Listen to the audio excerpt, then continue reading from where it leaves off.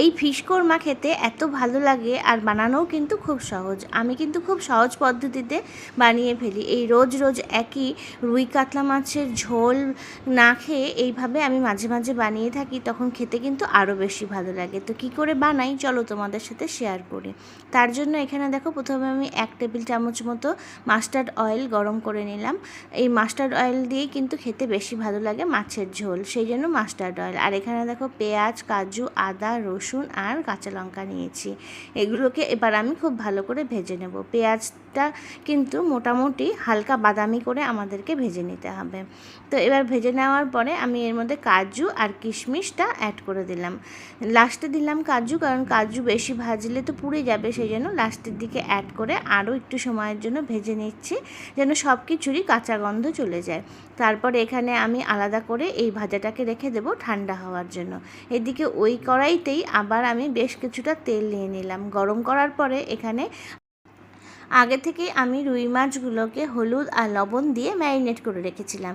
সেই ম্যারিনেট করা মাছগুলো এর মধ্যে তেলের মধ্যে দিয়ে ভালো করে আমাদেরকে ভেজে নিতে হবে। আর মাছ না আমরা একটু কড়া ভাজা খাওয়া পছন্দ করি, তাই জন্য আমরা একটু কড়া করেই ভেজে নেব। তোমরা যেমন পছন্দ করো সেই হিসাবে মাছগুলোকে ভেজে নেবে। আর এখানে না একটু বড় সাইজের মাছ হলে এটা খেতে বেশি ভালো লাগে। তো দেখো মাছগুলো আমি এখানে কড়া করে ভেজে নিয়েছি, আর এগুলোকেও আমি আলাদা করে আবার তুলে নিচ্ছি। তো মাছ ভাজাও কমপ্লিট হয়ে গেল আমার। এখানে দেখো আমি যে আগে থেকে পেঁয়াজ ভেজে রেখেছিলাম সেই সব কিছু আবার একটা গ্রাইন্ডার জারে অ্যাড করে দিলাম। আর এর মধ্যে অ্যাড করে দিচ্ছি আমি 1/2 কাপ মতো টক দই দিয়ে এবার একটা খুব সুন্দর মিহি পেস্ট এর থেকে আমরা তৈরি করে নেব। একদম মিহি পেস্ট তৈরি করে নিতে হবে। দেখো পেস্ট করাও কিন্তু রেডি হয়ে গেল। এবার ওই মাছ ভাজা তেলের মধ্যেই আমি জিরে, তেজপাতা, শুকনো লঙ্কা, একটু এলাচ, লবঙ্গ, দারচিনি ফোড়ন দিয়ে দিলাম।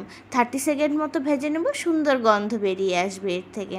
তারপরে যে পেস্টটা বানালাম পেঁয়াজ, কাজু বাদাম, আদা, রসুন সব কিছুর, সেই পেস্টটা এর মধ্যে অ্যাড করে দিলাম। আর এই গ্রাইন্ডার জারটা ধুয়ে অল্প জলও এর মধ্যে অ্যাড করে দিচ্ছি। দিয়ে এর মধ্যে দিয়ে দিলাম আমি জিরের গুঁড়ো আর স্বাদ মতো লবণ।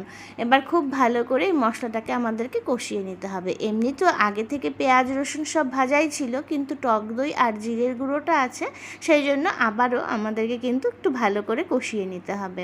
তো এবার আমরা ঢাকা দিয়ে দেব, আর ঢাকা দিয়ে 2 থেকে 3 মিনিট মিডিয়াম ফ্লেমে এটাকে রান্না করব। হাই ফ্লেমে দেব না, কাজু বাদাম আছে তো জ্বলে যেতে পারে।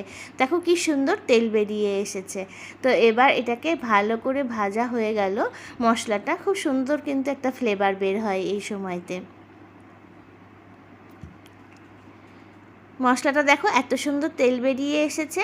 আর এর মধ্যে এবার অ্যাড করে দিলাম গরম জল। অবশ্যই কিন্তু গরম জল অ্যাড করবে। গরম জল যতটা গ্রেভি দরকার সেই হিসাবে অ্যাড করে নেবে। নিয়ে এবার আমি আগে থেকে ভেজে রাখা মাছগুলো এর মধ্যে দিয়ে দিলাম। জলটা একটু ফুটে উঠেছিল, তারপরে দিয়েছি মাছগুলো। এবার দিয়ে আবার বেশ কিছুক্ষণ ফুটিয়ে নিলাম। নেওয়ার পরে ওপর থেকে দিয়ে দিলাম চিনি, অবশ্যই চিনি অ্যাড করতে হবে। আর দিয়ে দিলাম গরম মশলার গুঁড়ো দিয়ে এবারও 1 মিনিট মতো আবার একটু নেড়ে চেড়ে নেব। দেখো খুব সুন্দর থিক গ্রেভি আমার তৈরি হয়ে গেছে। অনেকটাই থিক, কিন্তু আবার একদমই থিক নয়। এরপরে যখন একদম সুন্দরভাবে আমার গ্রেভি রেডি, 1 মিনিট পরে আমি এটাকে বন্ধ করে দিলাম। গ্যাস বন্ধ করার পরে ওপর থেকে এখানে দেখো ঘি ছড়িয়ে দিচ্ছি। আর এত সুন্দর ফ্লেভার আসবে।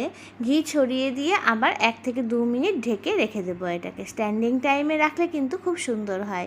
তোমরা যতটা বেশি পারো ততটা সময় স্ট্যান্ডিং টাইমে রাখবে। তারপরে ওপর থেকে ভাজা বেরেস্তা, পেঁয়াজ ভাজা দিয়ে ডেকোরেশন করে দিলাম। এটা খেতে ভীষণ ভালো হয়। আমি এটা সবসময় পোলাওয়ের সাথে খাই। তোমরা কিন্তু অবশ্যই যে কোনো কিছু তোমাদের পছন্দ মতো ভাত, পোলাও সবের সাথেই খেতে পারো।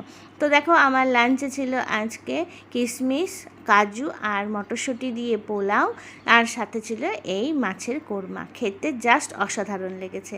তোমাদের কেমন লাগলো আমাকে অবশ্যই কমেন্ট করে জানিও।